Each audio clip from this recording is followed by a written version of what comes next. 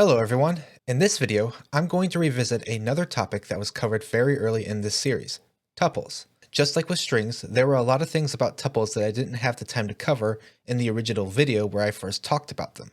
So in this video, I'm going to cover the more advanced stuff that we can do with tuples. So let's get started. First, let's review the basics about tuples. Tuples are characterized by having comma-separated data values contained within a pair of parentheses, unlike lists where it would be contained within square brackets. Just like with lists, we can pretty much store anything we want inside of a tuple. All the number types, strings, booleans, all the data structures, and even objects. However, unlike lists, if we just want to store one element inside of a tuple, we have to add a comma after that one element. With a list, we just have to have a set of square brackets with the element inside of it, and that will be considered a list. But when it comes to tuples, you need to have a comma after the one element. Otherwise, it's just going to interpret it as that element itself. In fact, I'm going to add another variable in here to show that. So d equals open parentheses, 1 close parentheses, but I'm not going to add a comma. And then I'll put down here to print out that variable, not a tuple. And then print out d. And on top of that, I'm going to print out their types, which is something I probably should have done in the first place. So when I run this, so we got the full tuple with all the data types inside of it, and it's a type tuple. We got the tuple with one element, also a type tuple. And then we got our not tuple here, which sort of looks like one, but it's not because we didn't put a comma at the end of that one element. It's just a 1, and it's registered as a class int. We can access elements inside of a tuple the same way we access elements in a list. We just need to use an index number to get the element that we want. And like with lists, indexing starts with the number 0, and we can also use negative numbers to access elements from the end of the tuple. So we're going to access tuple B, which is from the first example, and we're going to print out 2.0 for the first one, and then we're going to print out the dictionary for the second print statement. See, 2.0, and there's our dictionary. Now, one thing that tuples don't have in common with lists is the fact that they're immutable. Just as a quick review on what mutability means, a mutable object can be modified after it's created. So usually if something like objects or lists or dictionaries, we can modify those after they're created to add stuff, remove stuff, and so on. Immutable objects like integers, strings, tuples, once they're created, you cannot modify them. The only way to modify the value of one of these things is to completely reassign it. So with tuples, if we want to make a change by, say, changing elements, whether it's changing their values or removing elements or adding more elements, then we have to create a brand new tuple containing those changes that we wanted to make. So for this code example here, I'm basically going to show you all the errors that will happen if you try to modify a tuple directly. Remove and append are actually not going to throw errors saying, hey, this is immutable, you can't do this.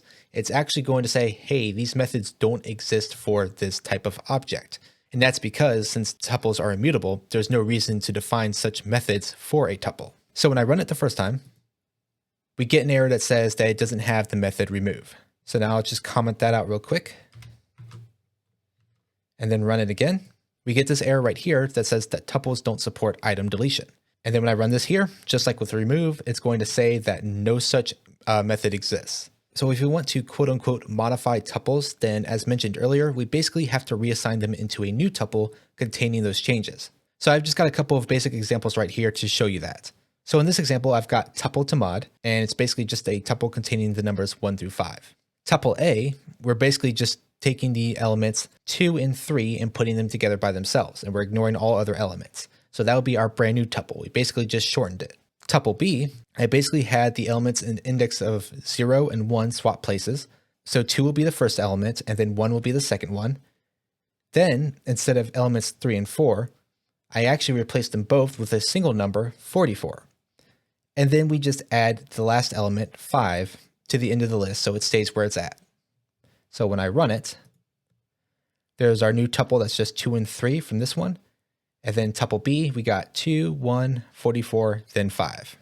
Like I said before, these are just basic examples. There's tons of things you can do to modify tuples, especially to a more advanced degree. But in order to do it, you do have to perform a number of operations with the data contained inside of the tuple, and then basically taking that data directly and putting it into a brand new tuple. We can also use index slicing on tuples because index slicing is technically just accessing the tuple and pulling the elements from it. Index slicing is done by using the colon operator. When we index slice a tuple, it will return the results in the form of a brand new tuple.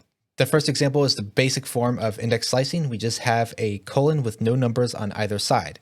That basically says print out the entire tuple. When we specify a colon with numbers on both sides, we're basically specifying a range of elements to print out, starting with the element stored on the index on the left, up to, but not including, the element stored at the index on the right. So for this one, we have 0 to 5. So 0 to 5 would be 0, 1, 2, 3, 4, and 5.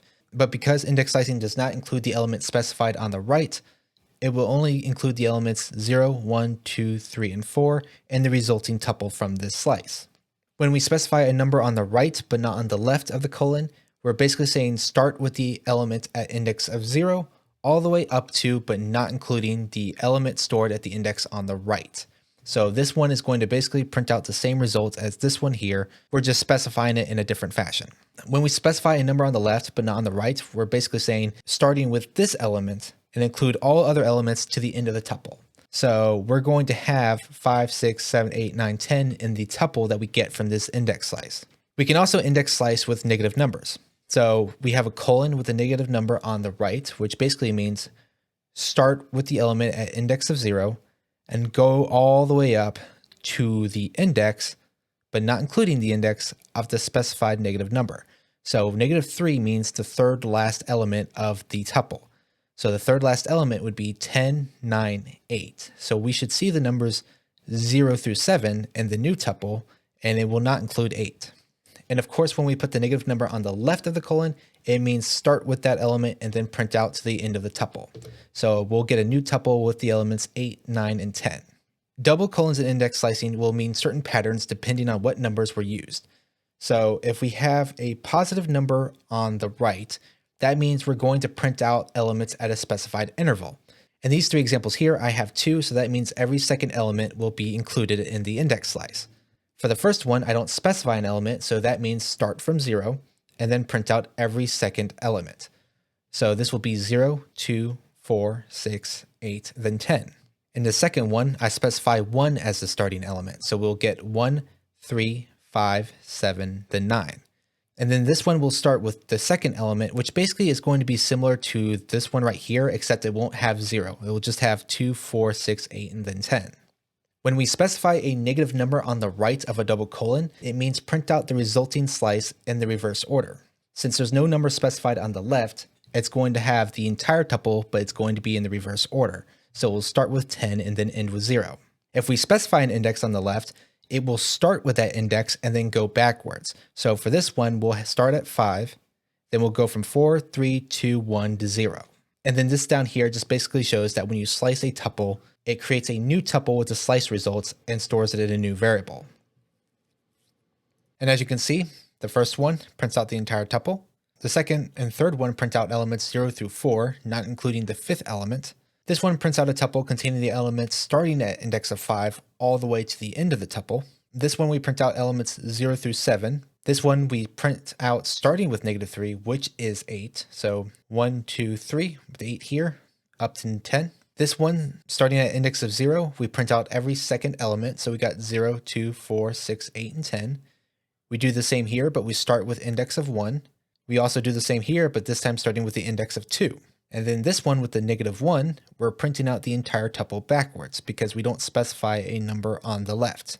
And then this one here, we just print out the entire tuple backwards because we did not specify an index on the left. And then this one here, we specify an index on the left as 5, and we specify negative 1. So we start at the index of 5, and we count backwards from there. So we got 5, 4, 3, 2, 1, 0. And this 1, 2, 3 is basically the result of storing this num tup 1 to 4 into slice tup and then printing out slice tup. So that's how you perform index slicing with tuples. We are able to use various operators on tuples. In this example, I've got 3 tuples. Tuple 1 and tuple 2 both have 1, 2, and 3 in their tuple. And then tuple 2 has 4, 5, and 6. The first 2 operators that we'll be looking at are the arithmetic operators. We can use the plus sign to combine 2 tuples together to make a brand new tuple containing the values of the original tuples, and we can use the multiplication sign to duplicate the values of a single tuple and create a new tuple containing those duplicated values. So for this one, we're going to see 1, 2, 3, 4, 5, 6 get printed out here. For this one, we'll see a tuple with the values 1, 2, 3 repeated 3 times. We can also use conditional operators and keywords for tuples. The conditional operators we can use are the equals equals and the not equal sign. For this line right here, it's checking to see if the tuples are equal to each other. And in this case, it's going to turn out to be true. Both tuples have 3 elements in them. Those 3 elements are exactly the same, and they are in the same order, so it'll return true. In this one, we're checking to see if they're not equal to each other, and this one will return true because tuple 1 and tuple 2 are not the same. They may both have 3 elements in them, but the elements are not the same at all. Tuple 1 has 1, 2, and 3, and tuple 2 has 4, 5, and 6. As for keywords, we can use the in and not in keyword. These keywords will check to see if a specific item is an element inside a tuple. So for this one, we're checking to see if 1 is an element in tuple 1, which it is, so it'll return true. And in this one, we're checking to see if the number 8 is an element in tuple 1 as well, which it's not, so it's going to return true. We can also use the greater than and less than operators to compare the contents of 2 tuples together. So in this one, tuple 1 is less than tuple 3 is going to return false because they're not less than the other. The elements in each index are equal to each other. So when we use the less than and equal to compare tuple 1 to tuple 3, that will return true because they are equal to each other. And then when we compare tuple 1 to tuple 3 with the greater than sign, that's still going to return false because, again, they're equal to each other. However, when we compare tuple 2 with the greater than equal sign to tuple 1, that's going to return true because 4 is greater than 1, 5 is greater than 2, and 6 is greater than 3. See, so we got our combined tuple here. We've got our tuple with the repeated elements. Tup1 is equal to tup3, that's true. Tup1 is not equal to tup2, that's also true. 1 in tup1, not true. 8 not in tup1, true. Tup1 is less than tup3, that's false. Tup1 is less than or equal to tup3, that's true. Tup1 is greater than tup3, that's false. And tup2 is greater than or equal to tup1, that is true. Now there's one unique thing that tuples have that no other data structure has, and that is the ability to be used as a key for dictionaries. This is because tuples are immutable. They can't be changed once they're created, so that makes them suitable to be keys. Here I have a basic example right here. I've got a tuple where it just contains the numbers 1 and 2. We assign it as a key to the value of a string that says 1 and 2. So when I run this, we get the value printed out when we access it by the tuple key. Now this only works so long as the values inside of the tuple are immutable as well. So if it contains something like a list or a dictionary, then it won't work. So we get this error here that says unhashable type. So as long as the data stored within the tuple are immutable data types, it's fine. So we can have tuples nested within a tuple and it's still a valid key. Another thing we can do with tuples that we can actually do with lists too is tuple expansion. What tuple expansion is that basically we can take a tuple filled with values and then expand it into a function call so that it will fulfill all of the parameters inside of the function. In this example right here, I have a function called numfunc and it takes 3 parameters. I also have a tuple that contains the numbers 1, 2, and 3. We expand a tuple by using the asterisk before the tuple's name. So right here I have asterisk A. That's how you expand it. This will cause all the values inside the tuple to feed into each and every parameter.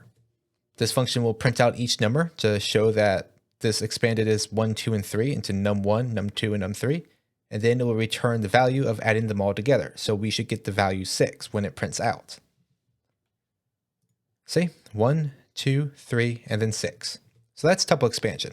All right, now the next thing we're going to look at is copying tuples, specifically shallow copying versus deep copying.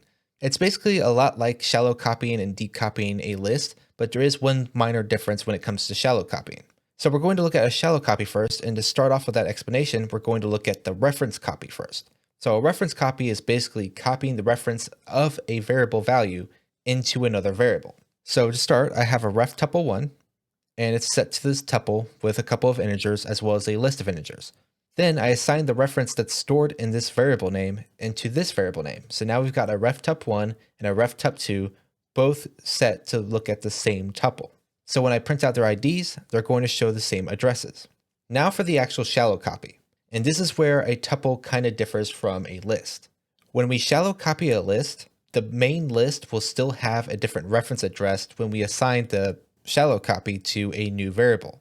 However, when we shallow copy a tuple into another variable name, it's going to still have the same reference address. I don't know the exact reason why, but to me, this is the explanation that makes the most sense. I think it's because since tuples are immutable, When you do a shallow copy, there's no reason for it to create a brand new reference to a tuple that has the same value as another reference address. So they still point to the same tuple since they're both immutable. That's really the only difference between the tuple and the list when it comes to shallow copying and deep copying. Pretty much everything else works the same. So when I print the reference address for the list inside of the tuple, it's still going to show the same address. That's something we come to expect. And when we try to modify the elements of one list inside of one tuple, it's going to reflect that change inside the other tuple. So I modify the values inside the list in tup2, and it will show in tup1. So for the reference copy, here are the addresses. They're the same as we expect them to be. These addresses right here are from these printouts. So as you can see, even though we shallow copied the tuple, they're basically just pointing to the same reference address. So that's the only thing that's a little bit different than from a shallow copy of a list, is that a shallow copy of a list will have a different reference address. But just like when we have a list inside of a list, when we have a list inside of a tuple and we shallow copy it, it's only copying the reference to that list. So when we check the reference address of the list inside both tuples, it points to the same reference address. And down here, we print out shallow tuple 1 after we've modified the list elements in shallow tuple 2, and it reflects the changes in shallow tuple 1 as well. Now we have deep copying, which is basically the same as a deep copy for a list as well. We import the copy module so that we can access the deep copy function inside of it. I've got a tuple here with a couple of integers and then a list of integers as well. We call the deep copy function, passing in that tuple, and we store it into deep tuple 2. So the reference addresses for the two tuples are going to be different, and then the reference addresses for the lists inside of the tuples are also going to be different, which means when we modify the elements inside of the list for deep tuple 2, the changes will only reflect in deep tuple 2. Deep tuple 1 will still have the 4 and 5. So as you can see, they're all different reference addresses. Deep tuple 1 still has the 4 and 5, but deep tuple 2 has A and B. So that's the difference between a shallow copy and deep copy for tuples. The last thing we'll go over in this video is a couple of functions that we can use on tuples. As a reminder, tuples are immutable, which means that they cannot be directly modified. So we don't have any functions for tuples that can directly modify them like we do with lists. So for this example, we have a variable called atup, and it's storing a tuple containing a bunch of integers. And then down here, we have a bunch of functions that we pass atup into to demonstrate what these functions can do for tuples. So the first one is pretty straightforward. It's length. It's going to give us the length of atup. The next one is max. It's going to return the highest value stored in atup, which makes this function more ideal for tuples that are just storing numbers. Min is the exact opposite of max. It's going to return the smallest value stored in the tuple. So again, it's more ideal for tuples that are just storing numbers.